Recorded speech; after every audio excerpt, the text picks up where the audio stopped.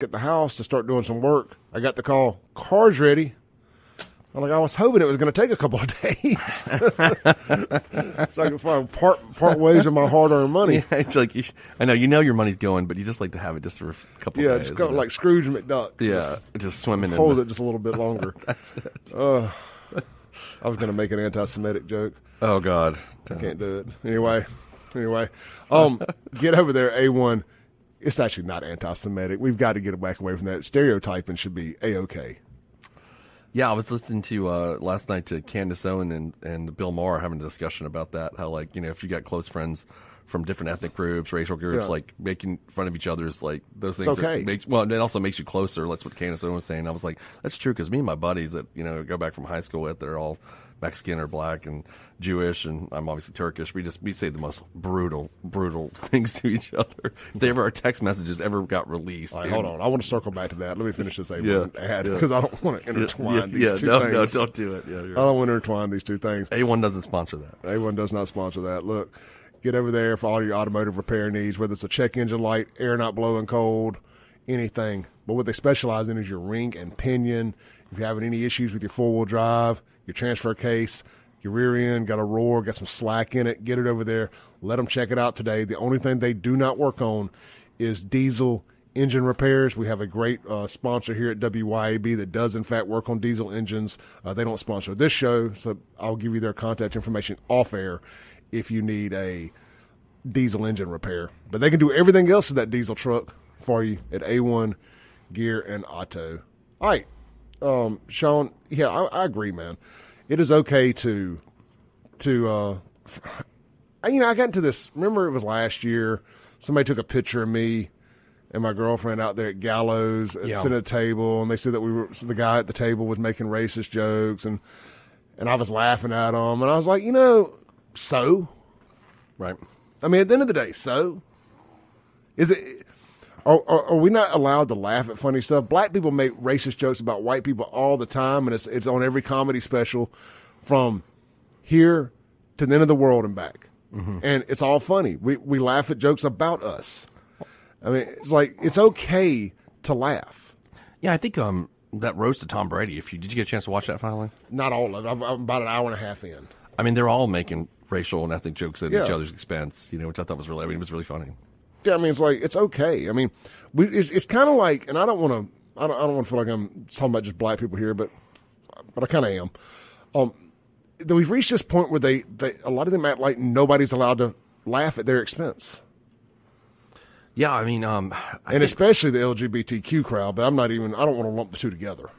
No, I mean, I think it's just it's our culture right now where it's just, we've got to issue an apology for like maybe making something that might seem like a joke or whatever it is. We just kind of lumped ourselves into that kind of culture where everything is just off limits. That's mildly offensive. Even there's a thing I saw this morning about, they're talking about South Park did something about Lizzo. That was great, and Lizzo watched it and she was crying, which made it even better. What did they exactly do? Make fun of her taking Ozempic or something? No, she's not taking Ozempic. They created a new medicine, and they called it Lizzo instead of Ozempic. Okay. And it doesn't make you lose weight; it just makes you be fat and proud. I haven't watched the whole thing, but I watched the skit. I watched Lizzo watching herself be made fun of. Oh, I mean, well, South Park, has done this for decades, right? They've attacked every. One of my friends. Everybody. One of my friends. He's a black lawyer, and he'll call people South Park racist, and I'm like, what does that mean? And he's like, it means you just hate everybody. You're just. I think that's me. Yeah, you just equal onto everybody. An equal opportunity. South Park racist. Poop thrower.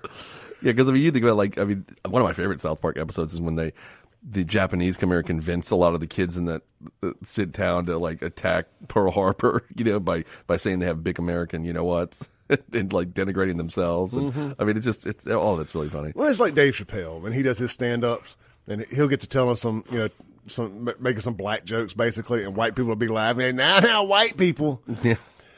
Now it's y'all's turn. Yeah, and it's like if you laugh at. No, you're going to be laughed at. Right. Your time is coming. And it's okay, man. It's okay to make the jokes. It's okay to make the the Asian jokes with their little things, and I mean, what do black people eat? What do white people eat? What are our isms? It's like it's okay to talk about these things, and it's okay to laugh about them. Yes, what is still saying? Laugh through the pain sometimes. Oh yeah, I mean, like sometimes you got to take a bad situation and make it funny about it. Like, when is it okay to joke about this? I mean, you met over St. Pais. A bunch of mine were like long-time old friends, and a few of them were really close friends are Mexican, and I don't know how many illegal alien jokes I've made in their direction over the course of the last 30 years. And of course, and to me, what they do is like, well, I mean, don't you got to go rug to go sell this week? Or, I mean, do you park your camel in front of the house? It's just stuff like that. And so, I mean, I don't know. I just never take offense to it because it's just. I mean, it's like these aren't really jokes as much as they are insults, but it's like every time somebody wants to try to come at me, they call me like a Rankin County cousin. Yeah, right. That's cousin lover, for a lack of a better word. I'm like, I'm not even an Alabama fan. Yeah, right. If you're like a white dude from Mississippi or anywhere where it's always like, nothing says loving like marrying your cousin or something like that. Yeah, I mean, just like, for whatever reason, apparently there's some incest issues in certain parts of the state, but not in mine. Not in my house. Anyway, it's all right to make fun of people, man. Yeah, I think so, Quit getting your feelings hurt. And it's especially okay to make fun of trans people. Well, yeah, I mean, I would say it in terms of if you're trans people that are like, that are not pushing a certain agenda, then yes. But if they're like the ones that are like, hey man, I'm going to go like compete in the women's sport. Like, what was that? Was it Oregon or Washington where they just won like the high school track meet? I mean, if anyone doesn't see how comical that is, like, is that like an achievement? I feel like it's getting caught fixing the World Series. You know what I mean? Like, it's that ridiculous. Speaking of which, let's laugh at one of these people now as we get ready for Pride Month kicking off here. Saturday morning, which we're going to have a huge Pride Month here on the Clay Edwards Show. We're going to find something to mock, meme, and laugh about every day, just like we did last year. We'll be the thought leaders in Pride Month celebration here in Central Mississippi. Here's a transgender TikToker who, in fact, claims that biological men can produce milk to feed a baby, and here's how he tells you how to do it. It sounds crazy, but You had me at it sounds crazy. It does sound crazy. It sounds crazy, but trans women can produce milk to feed a baby. And just to be clear, when they say trans women, they're talking about men.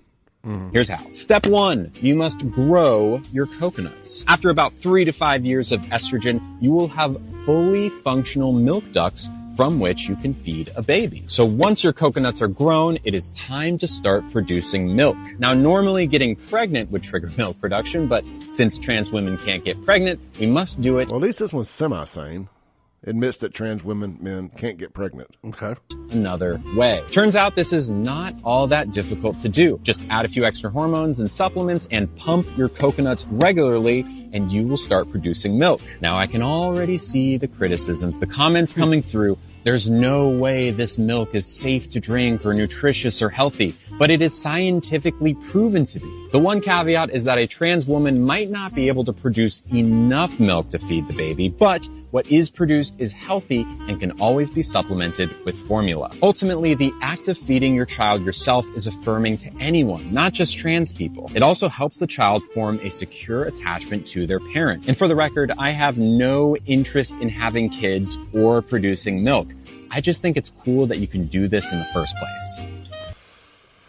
Yep. So it's going to be a great Pride Month here on the Clay Edwards Show. We're going to have more of that all month. Guys, did you know that you can, in fact, grow your coconuts? That's what they're referring to, breast, and eventually get coconut milk out of them. Sean, I mean, need a good rum drink every now and then? grow some boobies and turn them into coconut water providers. What the hell is this world coming to? We are in full clown world at this moment. Clown world.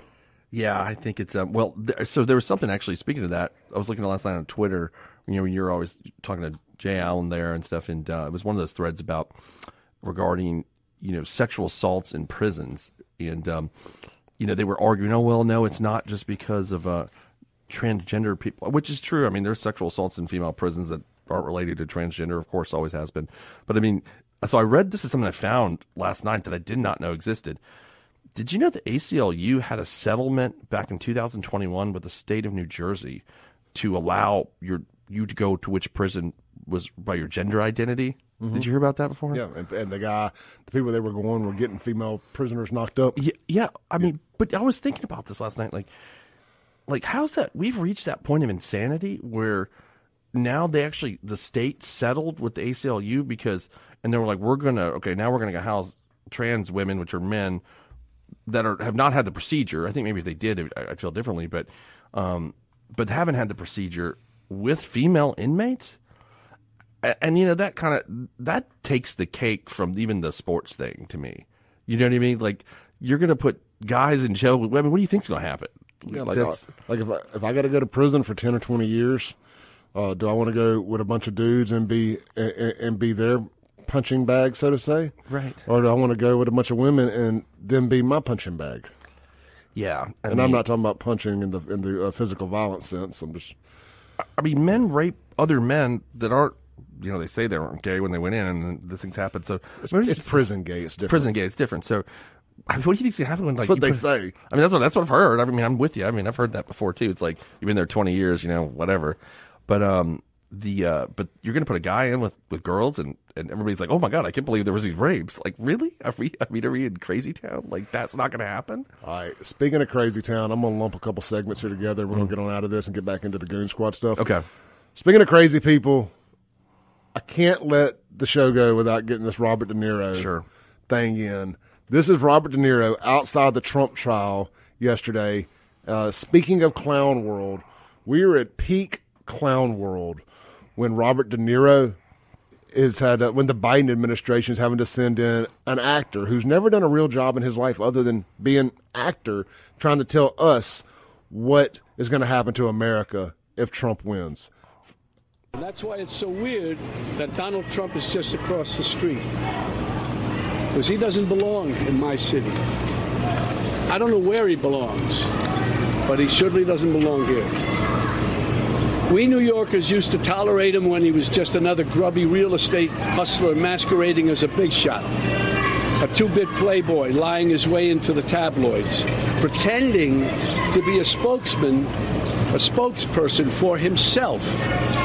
He was calling it as himself for himself, to fool the press into inflating his net worth. A clown. But this city is pretty accommodating. We make room for clowns. They made room for him, so we know they make room for clowns. We have them all over the city. People who do crazy things in the street, we tolerate it. It's part of the city. It's part of the culture. But not a person like Trump who will eventually run the country. That does not work, and we all know that. And behind him, he's got a couple of these fake J6, a couple of these J6 policemen who continue to lie and say that people died that day and this, that, and the other. It was quite the crap show out there in front of the Trump trial yesterday. And what's funny is the Biden-Harris HQ Twitter. So weird, Donald Trump is. The Biden-Harris HQ Twitter shared this, like thinking that they owned. I mean, this is literally the headline from the official Biden-Harris campaign Twitter. It says, Robert De Niro, Donald Trump doesn't belong in my city. We New Yorkers used to tolerate him. And when he was just another grubby real estate hustler masquerading as a big shot, a two-bit playboy lying his way into the tabloids, he's a clown, but this person can't run the country. That does not work, and we all know that. Says this guy. I have to wonder, what Epstein-type videos do they have of Robert De Niro to send him out there into a Dunkin' booth like this? I mean, I don't know. I mean, Robert De Niro, what's he, like 83 now, I think? So like 83, 84. He's pretty old. I mean, like who do they think sees that and thinks to themselves, man, I was on the fence, but De Niro's right? Well, you actually bring up a good point, and I'm gonna put this on either side, nobody's convincing anybody at this point. You know what I mean? It's almost like you can scream. I don't care if you're on the right or your left. You can scream as hard as you want. Everybody's got their position on that. You know what's going to make a difference? That's why I don't try to convince people. It doesn't work. Mm-hmm. I mean, it's not going to, people got their positions and that's what it is. I think the only thing you can do is try to kind of what we do is try to just hear the other person. Talk it out and let people make up their mind. Yeah, instead of demonizing them, which is what De Niro's kind of doing, I think, there. I think the thing that's going to matter here is what the outcome of this trial is, what the verdict is, one way or the other. I know they've said, of course, and I think this is the Biden campaign more than anybody else, that a guilty verdict is going to help them. I don't necessarily believe that in my mind. But what I do think that a not guilty verdict is going to severely hurt them. Yeah. I think that is going to happen. My prediction is probably a hung jury. That's my guess. If that's been your call since it started, and even more so after the trial. Yeah, after watching that trial, even I'm leaning towards an acquittal. Really, even but I think I would put my odds if I was betting. I'd bet it on the hung jury, but then maybe my secondary bet would be acquittal. I don't see a guilty verdict coming from this. Now, if it happens, I'm completely wrong, and then I'm going to say that the jury was, tainted at best. Yeah, I just don't see how they come to a guilty verdict in the case. But maybe we'll go back and take a look at this. But I'm going to be very curious because I've heard horror stories about the judge, leaning this in the prosecution's favor, and what type of Adrian Wooten style instructions could he give the jury to get the verdict he wants? Well, I mean, the thing about that, I'm telling you from personal experience, the lawyers submit the instructions. On each side will submit instructions, and there's the court's instructions, which are usually just the standard instructions the court gives in every trial. And then the lawyers will submit, the prosecution and the defense will submit their instructions, and they'll argue over them, which ones will come in, and some do and some don't. And that's the way it works out in every trial. Sounds good. We'll be right back with Sean Yerkfront on The Clay Edwards Show.